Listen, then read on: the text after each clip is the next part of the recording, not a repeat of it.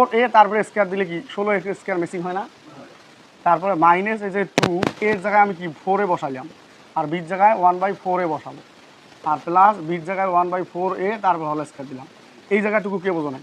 এই যে 4a কাটা যায়, শুধু -2 থাকে, ঠিক আছে? আর প্লাস 1, এই যে 4 4 16 স্কোয়ার মাইনাস এই যে 4a বেশি নিলাম, গুণ করলাম জন্য 4a ভাগ করলাম, তার মানে আমি সূত্র ফেলাই নেব 2ab প্লাস বি স্কোয়ার, যে তার মানে 1 তো 1, আর 4 4 16 স্কোয়ার, এই যে বি স্কোয়ার মিসিং হয়েছে। এই পর্যন্ত কাজ শেষ। এখন এখানে আমাদের কমন যায় 4, না গেলেও কমন নিতে হবে 4। তাহলে 4 কমন নিলে একটা 4 হয়ে থাকে, মাইনাস কোনো কিছু কমন নেওয়া মানে ওই জিনিসটা দিয়ে ভাগ করা, তার জন্য যে 4টা দিয়ে ভাগ করলাম। কমন নেয়া, কোনো কিছু কমন নিলে ভাগ করতে হয়। কমন নিলে কী করতে হয়? ভাগ করতে হয়। যেমন 2x + 4 আছে, তুমি যদি 2 কমন নাও তাহলে থাকে কি x, আর এই 2 দিয়ে এটাকে ভাগ করো, তাহলে কি হয়? 2, 4 ভাগ করলে 2 হয়।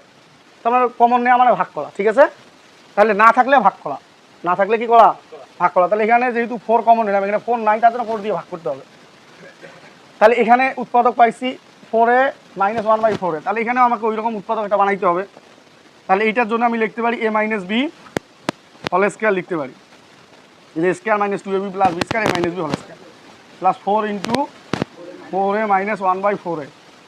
তো বিশেষ করে এখানে দেখো, এখানে কয়টা রয়েছে? 2টা রয়েছে না? তাহলে এখানে একটা রয়েছে, তো এই 2টা আর এখানে একটা, ওখান থেকে একটা কমন নিলাম, 4a 1/4a কমন নিলাম। তাহলে একটা কি থাকে? x থাকে, আর একটা কি থাকে? 4 থাকে। কি থাকে? 4 থাকে। তাহলে সেটাই কমন নিলাম। কি বুঝেছো বিষয়টা? আচ্ছা, একটা 4a থাকে মাইনাস না প্লাস 4 থাকে না, যে 4a - 1/4 প্লাস 4 থাকে। তাহলে এইটাই আনসার, উঠায় নাও।